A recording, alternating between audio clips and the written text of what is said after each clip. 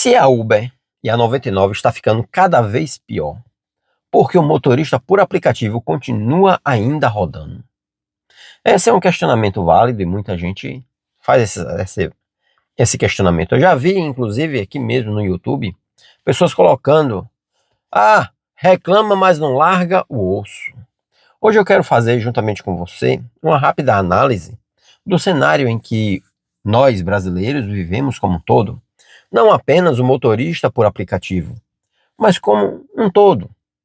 Porque muita gente continua trabalhando nos aplicativos, mesmo sabendo que dia após dia ele ganha ainda menos. Onde o investimento é alto. Um carro mais barato hoje, para rodar no aplicativo, é pelo menos 30 mil reais. Alguém pode até dizer: será que pegando esses 30 mil e abrir um negócio, não daria mais lucro? Talvez sim, talvez não, depende do local em que a pessoa mora, depende do negócio. E hoje, qual negócio realmente com 20 ou 30 mil daria lucro? Esse é um questionamento que até eu gostaria de saber. Porque se houvesse um investimento garantido, que eu pudesse vender o meu veículo hoje, eu investiria. Eu venderia, investiria nesse negócio, se realmente for seguro. Existe a necessidade de todo um planejamento, todo um estudo de mercado para saber o que dá e o que não dá certo. Em contrapartida, o pior e o maior gargalo que o brasileiro hoje tem não está em abrir um negócio ou um empreendimento, está no próprio governo, porque as burocracias e as barreiras são muitos. Para você ter uma ideia, uma pessoa quando contrata um funcionário, ele paga quase 70% de imposto sobre o salário de cada um daqueles funcionários. Um funcionário hoje que ganha em média R$2.000, o patrão está pagando em torno de R$3.500 a R$4.000 para manter aquele funcionário. Sem falar de quando ele sair, haverá a necessidade de ter um provisionamento para pagar todo o seu tempo, a multa rescisória. Enfim, não é fácil empreender no Brasil e todos nós já sabemos disso. Agora, voltando para o caso dos motoristas de aplicativo, por que mesmo tomando prejuízo, há uma grande maioria que continua ainda nos aplicativos? Primeiro ponto depois do primeiro eu vou falar ainda sobre o segundo ponto, tá bom? Então o primeiro ponto é a falsa sensação de liberdade.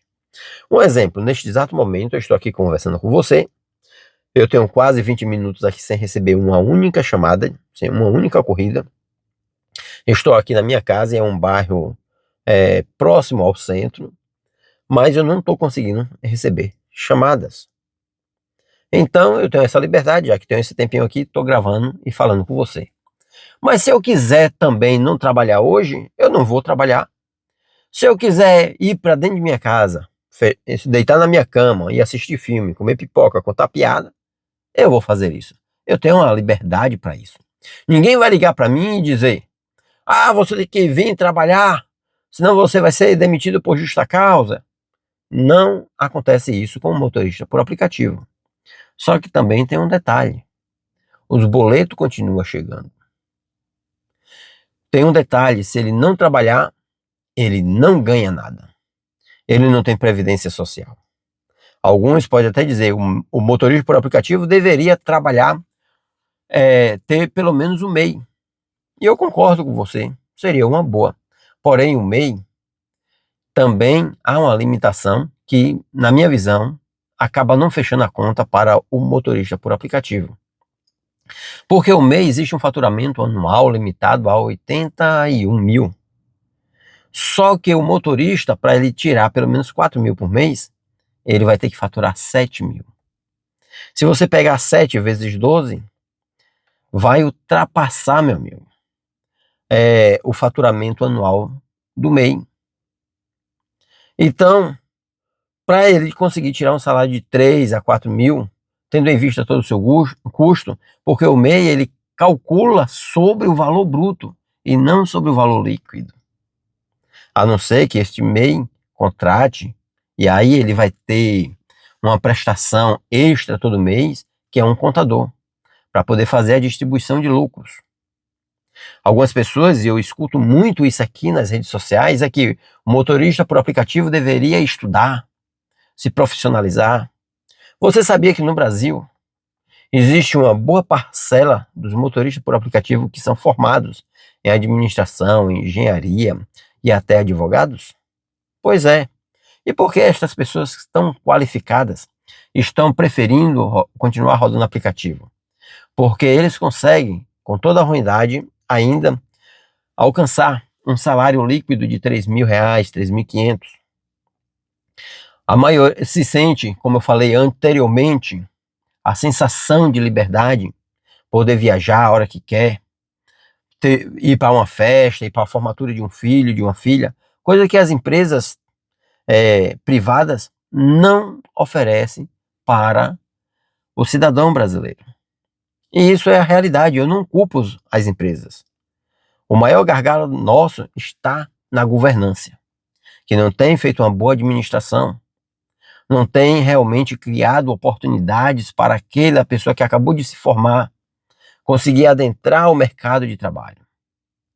Eu mesmo, por exemplo, eu tenho 3 diplomas, estão na gaveta, porque eu ainda não consegui a oportunidade de exercer a profissão da qual eu estudei e me formei, porque os salários que são oferecidos não são compatíveis com a formação e com a responsabilidade.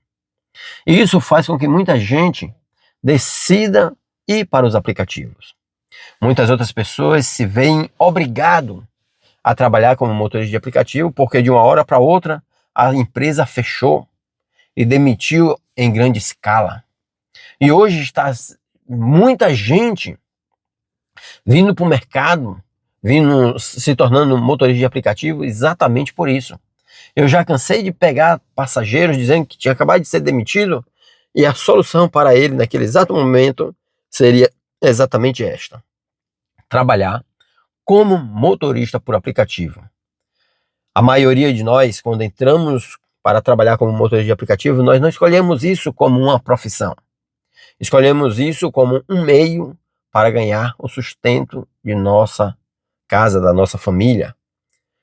Nós não vemos isso como uma profissão. Eu não vejo isso como uma profissão. Eu vejo isso como algo passageiro e que em breve sairei daqui. Inclusive, eu já comecei a colocar currículos.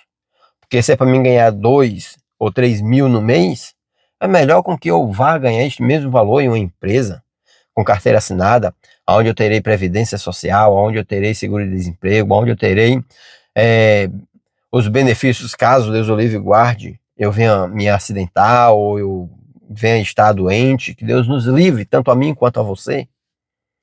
Mas nós temos, de certa forma, uma certa segurança. Em troca disso, perdemos a liberdade em que nós achamos que temos nos aplicativos. Então, se é para ganhar 6 por meia dúzia, então eu estou achando melhor retornar para a CLT. Mas isto sou eu. Tem pessoas que não querem mais voltar para o CLT porque foram humilhados em alguns momentos.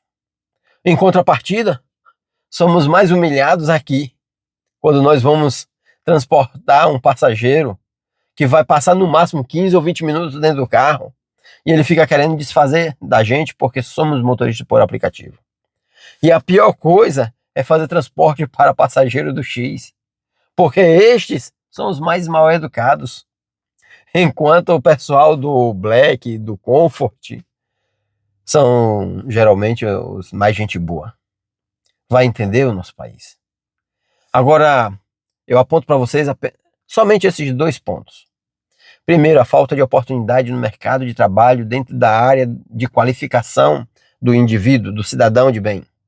E o segundo, a falsa sensação de estar em um trabalho onde você é seu próprio chefe. Porque isso é uma mentira das plataformas que nos enganou e talvez esteja te enganando nesse exato momento. Pois bem, eu vou ficando por aqui. Que Deus te abençoe hoje e sempre. E até a próxima, se Deus quiser.